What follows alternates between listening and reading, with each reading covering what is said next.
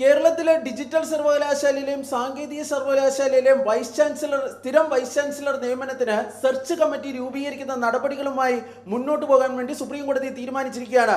ഈ നേരത്തെ search committee രൂപീകരിക്കാനുള്ള അധികാരം തങ്ങൾക്കാണെന്ന് കേരളവും അതല്ല UGC ചട്ടപ്രകാരം തനിക്കാണെന്ന് ചാൻസലറായ ഗവർണറും സുപ്രീം കോടതിയിൽ വാദിച്ചിരുന്നു. എന്നാൽ സുപ്രീം കോടതി ഇപ്പോൾ നേരിട്ട് സെർച്ച് കമ്മിറ്റി രൂപീകരിക്കുന്നതിനുള്ള നടപടികളിലേക്കാണ് കടന്നിരിക്കുന്നത്.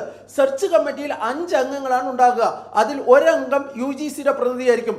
ബാക്കി 4 അംഗങ്ങളായി പരിഗണിക്കേണ്ടവരുടെ പേര് വിവരങ്ങൾ കൈമാറുവാൻ സംസ്ഥാന സർക്കാരിനോടും ചാൻസലറിനോടും ഇപ്പോൾ സുപ്രീം കോടതി നിർദ്ദേശിച്ചിരിക്കുകയാണ്. ആ പേരുകൾ നാളെ കൈമാറണം. ആ പേരുകൾ കൂടി അടങ്ങുന്ന ഒരു സെർച്ച് കമ്മിറ്റിക്കായിരിക്കും രൂപം നൽകുക എന്നാണ് സുപ്രീം കോടതി ഇപ്പോൾ വ്യക്തമാക്കുകയും ചെയ്തിരിക്കുന്നത്.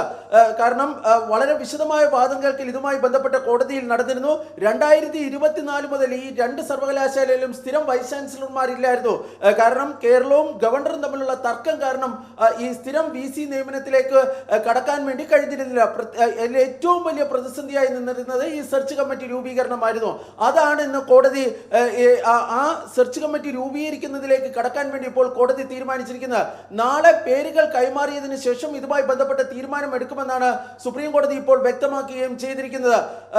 മറ്റൊരു പ്രധാനപ്പെട്ട കാര്യം, ഇന്ന് ഈ താൽക്കാലിക വൈസ് ചാൻസലർ നിയമനം, അതായത് സിസ തോമസിന്റെയും അതുപോലെ തന്നെ K ശിവപ്രസാദിന്റെ നിയമനം റദ്ദാക്കണമെന്ന ആവശ്യം കേരളം സുപ്രീം കോടതിയിൽ ഉന്നയിച്ചിരുന്നു. പക്ഷേ സ്ഥിരം വൈസ് ചാൻസലർ വരെ നിയമനവുമായി ബന്ധപ്പെട്ട കാര്യങ്ങൾ നടക്കുന്നത് വരെ ഒരു താൽക്കാലിക സംവിധാനമാണ് ഇപ്പോൾ ഉള്ളത്.